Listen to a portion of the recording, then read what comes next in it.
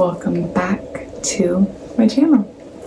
I'm really excited to film this video today.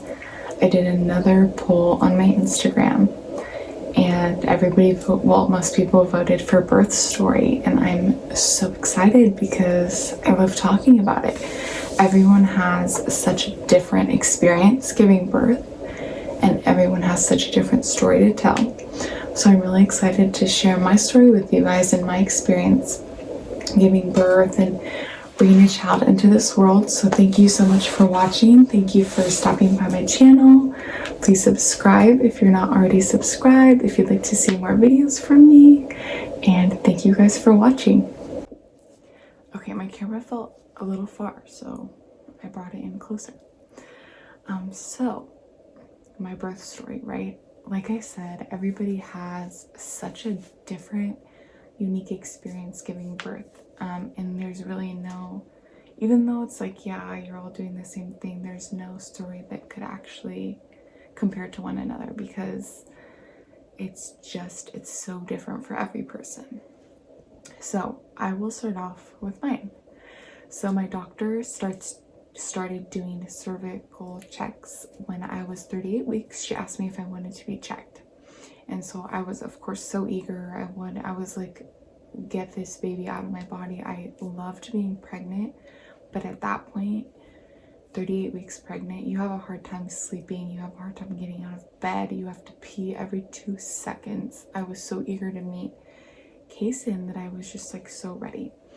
So I was like, yes, please check my cervix. I would love to know if I'm dilated, if I'm effaced, any of that. So she checks me and she's like, oh my gosh, I'm so glad we checked. You're already like 3.5 centimeters dilated and you're like 80% effaced. Or I was already like, I think 90% effaced.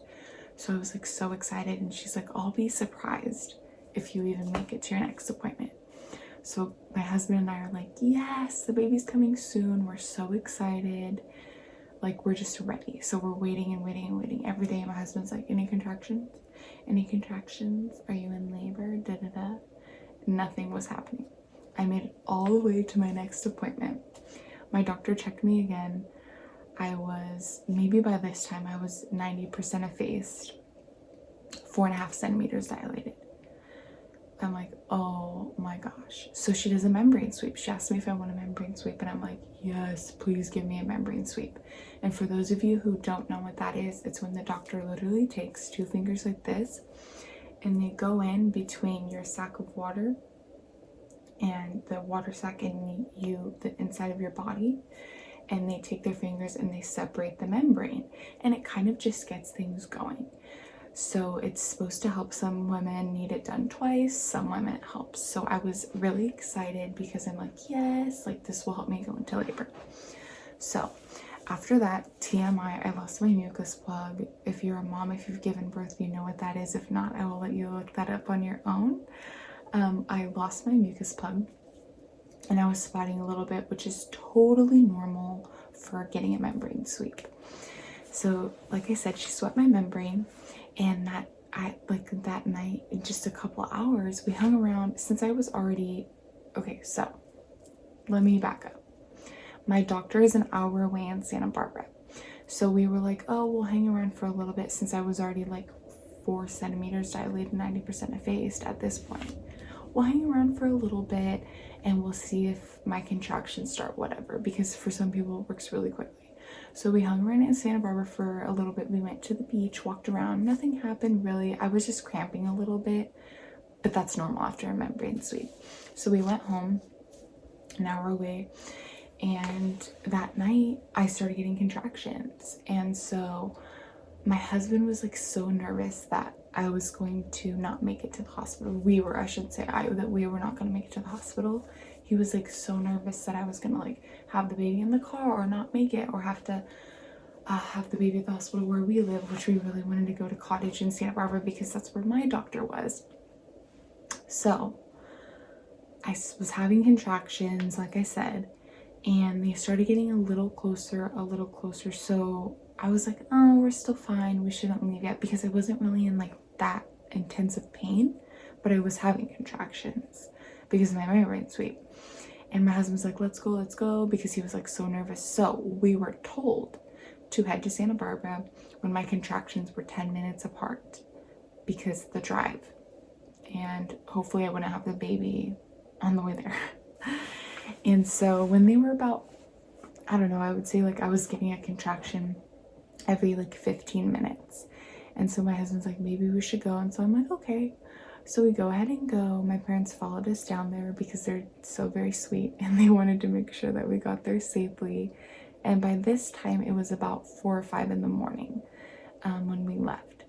So if we left at 4, we got to Cottage Hospital in Santa Barbara at about 5 a.m. And we check in, whatever. She checks me. I'm like 4.5 centimeters dilated. And she's like, what's your pain level? And I'm like, I don't know, maybe like 5 at that point. And then my contractions, while I'm sitting there, right, they hook you up to the machine and they put this monitor on you and it reads your contractions. And as I'm sitting there, my contractions start dying down. So we're like, are you kidding me? It's very discouraging when you think that it's baby time and it's not really baby time. So we're sitting there. They're like, okay, you know what? We'll talk to Dr. Drake. We'll talk to your doctor and see what she thinks. So that whole time I was sitting there, my dilation did progress a little bit. So I did go from 4.5 to about 5 centimeters. So they're like, well, you are progressing a little bit, but we don't really think you're in labor. So my doctor, I'm there till about, for a couple hours until my doctor comes in because we went so early in the morning. So my doctor comes in and talks to us and she's like, well, how are you doing? What's going on? And so she comes in and checks on me. And by this time I'm already in the hospital room because they put me in a room since I did progress a little bit. And they asked me if I wanted to stay. And my husband and I said yes, just because we were worried that if we left, I would spontaneously. My mom has insanely quick labors. So here's a little backstory. My mom has insanely fast labors. From the time she got her first contraction to the time I was born was 30 minutes. Some women are in labor for 30 hours. My mom is like, boom, shoots the baby out in no time. And it was the same pretty much for my sister and my brother. They were born before me. It's so fast. So we were just really nervous because my family has such quick labors that I would like have the baby somewhere else. So we chose to stay. And the nurse did warn me. She's like, just so you know, usually when this happens, women end up getting induced. And I'm like, okay, you know, whatever. At this point, we're already at the hospital. We're so like, I'm so over it. I'm like, I don't even care. I just want to have my baby. So anyway, they go ahead and they talk to my doctor. She comes in and she's like, I'll come check on you in a few hours. Okay. So in a few hours, absolutely not a thing is happening. I'm still having like light contractions, but nothing crazy. And so my doctor comes in and she's like, I don't really think you're in labor. And we're like, oh my gosh, like this is such a bummer.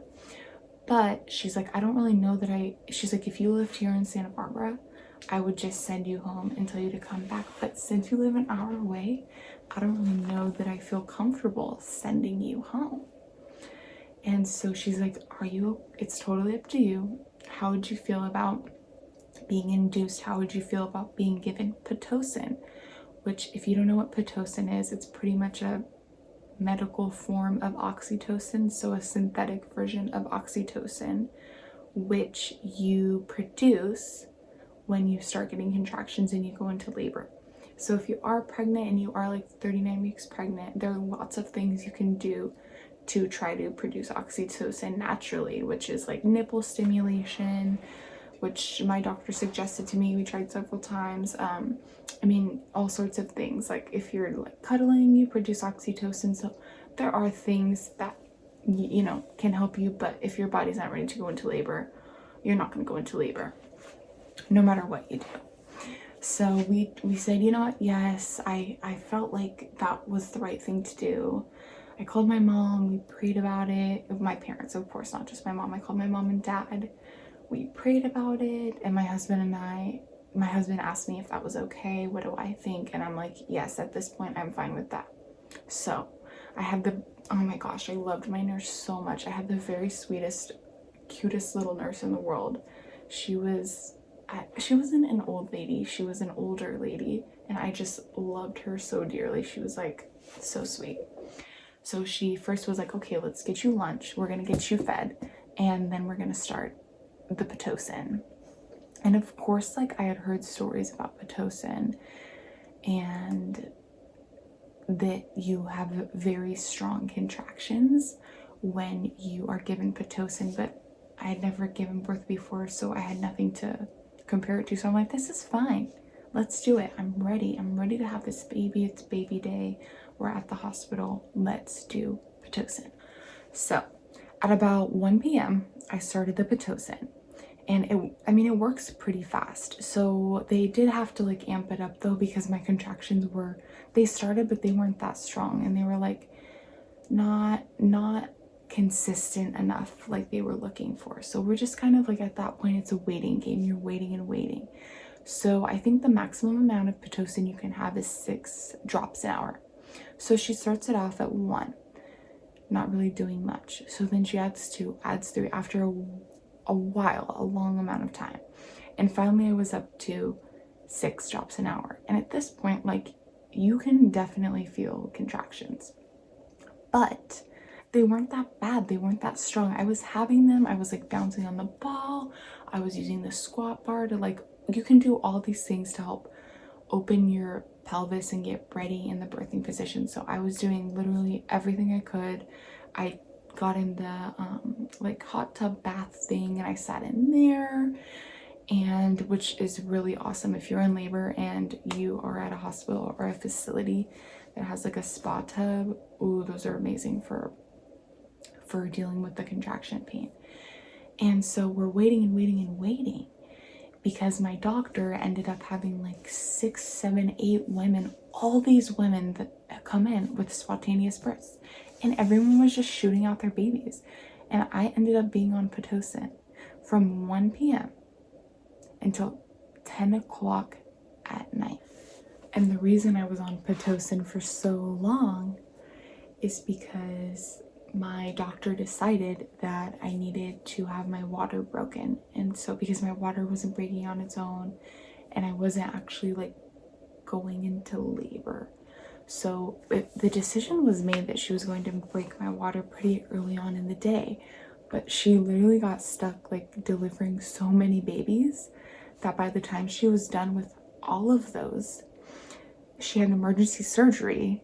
Her husband's a doctor as well, so then she had to help her husband with an emergency surgery of a terrible situation that's not my business to speak about. And so finally at 10 o'clock p.m. she came in and she broke my water. And she's like, this will take a couple hours. I'm gonna go. My poor sweet doctor, I loved her so much. She was amazing. She was gonna go home and she was gonna take a nap. Poor thing. She was so tired.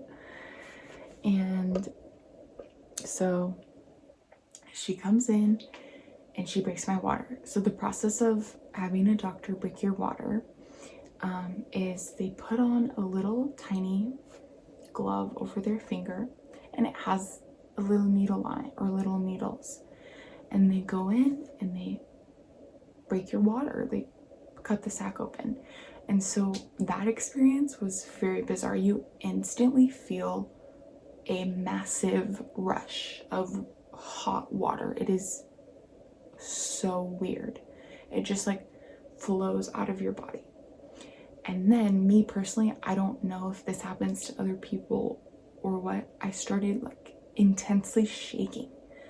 So like my whole body was shaking. I was like literally shivering.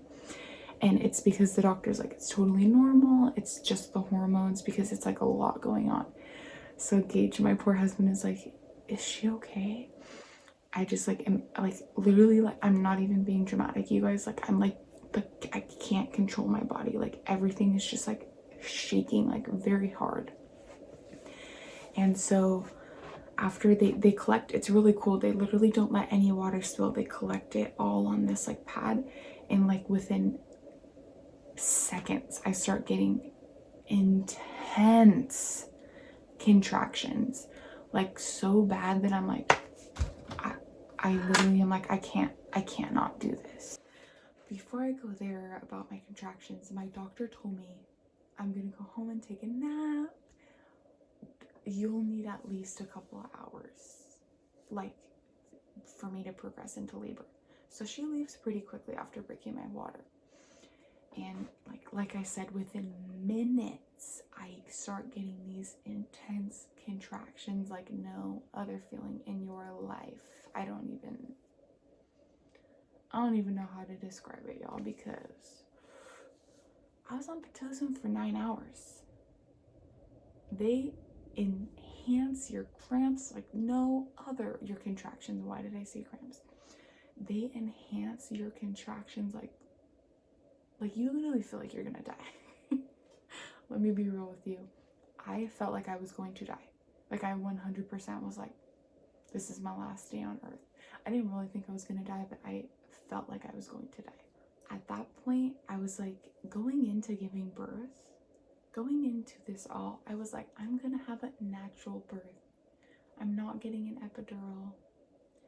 I'm not taking any pain meds. I'm gonna do this naturally. I'm gonna birth my baby naturally. That's always been what I've hoped for. That's always been what I've wanted to do. I had a birth plan. I was gonna be unmedicated, everything. I was gonna bounce on the ball through the contractions. I was gonna breathe. Nope. I didn't get the epidural, but that wasn't because I denied it. Let me tell you. So after dealing with these intense contractions for like about 15 minutes, so when you're giving birth or when you're in labor, you'll get a contraction and it'll last for about a minute and then you have a break. So like during your contraction, you're like, oh my gosh, I hate my life, I'm going to die. And then you have a break and you can breathe and you can rest and you just lay there like, oh my gosh. And so I'm just like, every time I get a contraction, I'm just like gripping my husband's hand. I'm literally like, oh my gosh, this hurts so bad. I don't know what to do. I can't take the pain. And I never, ever, ever in a million years pictured myself as a loud laborer. I literally heard a woman screaming in labor while I was on Pitocin, and I was like, no judgment, but wow, like she's going through it. Little did I know, honey. Little did I know that was gonna be me. I wasn't screaming like high pitched. She was like, ah, ah. I wasn't doing that, but I was like yelling through the contractions because it's such severe pain that you literally can't, it's almost intolerable. Like you can't work through the pain because it's such severe pain that like you just panic. You don't know what to do. And if you haven't had Pitocin before, bless your soul, you are so lucky. Because it really does amplify, like the contractions are so bad. And so after 15 minutes of me, like my husband was like actually worried, like he asked the nurse, like, is she okay? Like he was such a trooper. He was being so strong for me. He's like, it's okay, babe, you got this, you're doing so good. But he was really like, is she okay? Like, is this normal? Is this all right? Because he's never seen me like that before. So after about 15 minutes, I was like, I can't. My nurse was amazing. This was a different nurse at this point, but she was still amazing. And they try not to offer you meds unless you specifically tell them that you want the meds. So my nurse was like, I'm not going to offer you any medication. I didn't want meds. So I was like, that's great. And she's like, if you ask me for it, of course we will give it to you, but I'm not going to be like, do you want an epidural? And so at that point, I was in such severe pain and I was like literally feeling like I was going to die. Not to be dramatic, but if you've never given birth, you just don't know. Sorry. I didn't know. I had no clue. I was scared to give birth because I had absolutely no clue what I was in for. And so I was like, give me an epidural. I need it now. And so I literally am like waiting. I'm like, what? Like, he's still not here. Where's the epidural guy? Like, what's happening? And all of a sudden, I feel like I got a push. And if you've never given birth before, it literally feels like you have to take a massive crap. Like, I'm sorry. But first of all, you feel the baby's head like coming into your uterus, and you can feel it on your bones, and it's a lot of pressure, and you feel like you need to bear down, and like the nurses will tell you, like, push like you're taking a giant poop. Like, there's no other way to describe it. Like, you feel like you are gonna take the biggest poop of your life. Not to be gross, but this is the reality of giving birth, okay, you guys? So and so I'm like, oh no. And I kid you not, you guys, like, I can't make this stuff up. The epidural guy walks in, or knocks on the door, and seconds before this, I said, I feel like I have to push. And I'm like freaking out because I'm like, no, I want my epidural. Screw giving a natural birth. I want the medication. I was in so much pain. And she checks me and she's like, oh, you're ready to push. She says that I was on all fours because I was in so much pain. I was on all fours on the bed. I couldn't even move for her to check me. And she's like, sweetie, I have to check you. Can I just check you on all fours? She's like, his head's coming out. You're ready to push. She goes, leave. She literally says, leave to the epidural guy. She's like, you're having the baby. And I'm like, no, I need the epidural. I need a break. I can't. And she's like, you'll have a break when you're done giving birth. And so then I get this, once the baby's ready to come out, like, you're not holding that baby in. And I get this intense urge to push. So they're like, we're calling Dr. Drake. She's on her way. My doctor was so shocked that I was already ready to have the baby, because like she said, it'll be a couple hours. This was within 30 minutes, you guys. Like my mother. And so, sorry, I'm so thirsty. And so they call Dr. Drake, and I'm at this point, like, my nurse is going to deliver my baby. I have to push. I'm like, I have to push. And she's like, it's okay. And so it hurts so bad that you don't want to push, but like your body forces you to. And so literally at the cusp of me like pushing, about 10 minutes later, my doctor rushes in. She's like, Jamie, I'm here. You need to move in the correct position. I'm like, I can't. And they managed to get me on my side. I was like, I never want to give birth in the normal birthing position like this. Sorry. Like this. No. You don't want to give birth in that position, because I was so severely terrified of tearing. And like, I looked at the statistics. I think 95% of first time moms tear, because it's like inevitable. You're going from this to 10 centimeters. A head is coming out of your vagina. Like, sorry, this is not a sensitive video. I will tell you it all. So like, if you're a first time mom, like, you're gonna tear. Or if you've had a C-section in the past and you're gonna do a VBAC, you're gonna tear. Like, you're gonna tear. I should have accepted that while I was pregnant. I was like so in denial. I was like doing everything to try to not tear. I still tore, but we'll get there. So my doctor rushes in, they get me on my side, and I start pushing. And I don't know, like, if we're comparing like what's worse, contractions or pushing, they're both worse. The ring of fire is not a joke when people tell you. It hurts so bad to give birth. Like, it is the worst thing you will ever experience in your life. But yet again, it's the best thing you'll ever experience in your life, because right after it's done, you don't give two craps how bad the pain was. You have your baby. And that's like, it's all worth it. It's the best thing in the world. So I literally push for not even 10 minutes. He's out. I did some pushes. You're like I said, you feel like you're taking a giant poop. And then I did one last giant push and literally shot him out very aggressively. My doctor's like, Jamie, he would have shot across the room if I didn't catch him. That was an intense push. She's like, you go, girl. I don't even know how you push the whole baby out like that. Because once his head was crowning, it hurt so bad that I just like bared down and pushed so hard to just like, I would just wanted to get him out, which I don't know if that contributed to my tearing, but at the same time, I was totally ready to push, and my doctor didn't tell me like don't push. So I feel like I was gonna tear either way.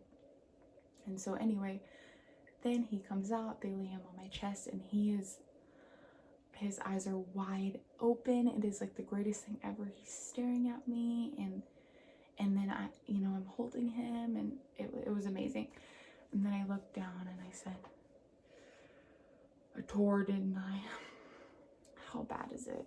And she goes, it's just a little first-degree tear. No big deal. And so then the doctor will immediately start stitching you up after, obviously, they make sure the baby's good, but he's on my chest. So they let you do skin to skin while she is stitching you up, which is an amazing experience, having your baby just like your baby's born. You get to see what they look like. The first thing I said was, he's so cute, because his face wasn't smushed or anything. He was like, now I'm sure I'm pretty biased, but even the nurses were like, oh my gosh, this baby is so cute. He's like bright-eyed. He's like ready to go. He was ready to come out, ready for the world.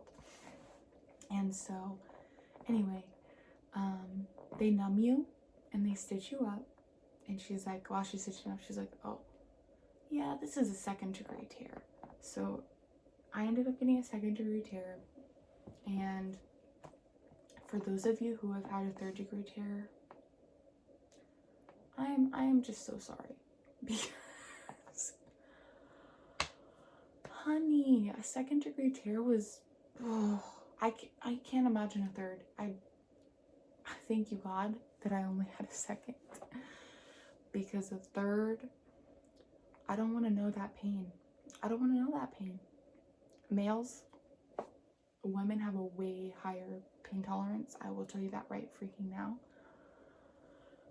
Because the pain that you will experience after tearing from giving birth is, I would almost rather have the freaking contractions and give birth than experience the weeks of severe pain that you feel.